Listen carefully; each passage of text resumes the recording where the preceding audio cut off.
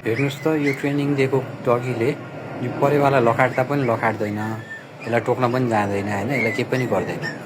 तर अब यसको बच्चाले पनि यो परेवालाई लखाड्दैन, यो परेवालाई टोक्न जाँदैन, यो परेवालाई केही नै गर्दैन। ट्रेनिङ दिएको डगको बच्चा पनि ट्रेनिङ दिएको जस्तै हुन्छ भन्ने चलनहरू छ। कति मान्छेले यसरी ट्रेनिङ दिएको डगको बच्चा चाहिँ पनि ट्रेन हुन्छ भन्ने बुझ्छन् होइन। तर त्यो चाहिँ कम्प्लिटली फेक इन्फर्मेसन हो।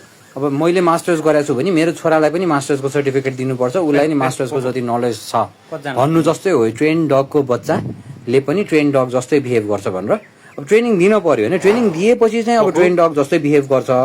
तर त्यो इन्डिभिजुअल त्यो बच्चाको बिहेभियरको कुरा हो कि इट्स नट अबाउट उसको आमा ट्रेन भएको छ कि छैन, उसको बाउ ट्रेन भएको छ कि छैन भन्ने कुरा होइन।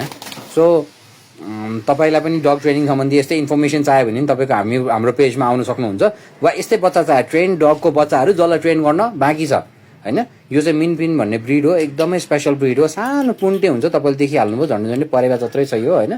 सो त्यो परेवा जत्रो सानो डगी हजुरलाई चाहिएको छ भने पनि हामीलाई सम्पर्क गर्न सक्नुहुन्छ। र तपाईँकोमा अलरेडी सानसाना डगी छन् वा ठुलो भइसकेका डगी छन्, अलिक प्रब्लमेटिक छन् वा प्रब्लमेटिक छैनन् तर प्रब्लमेटिक होला नि जस्ता देखिन्छन्, वाट एभर यो प्रब्लम विथ डग्स इज, तपाईँहरूले हामीलाई सम्झिन सक्नुहुन्छ र हामी त्यो प्रब्लम पनि सल्भ गरिदिनेछौँ।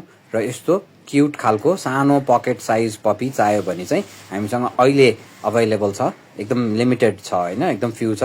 सो चाँडै नै हामीलाई सम्पर्क गर्नुहोला। जय Nepal. Thank you for watching Canine Companions, your dog friendly dog training school.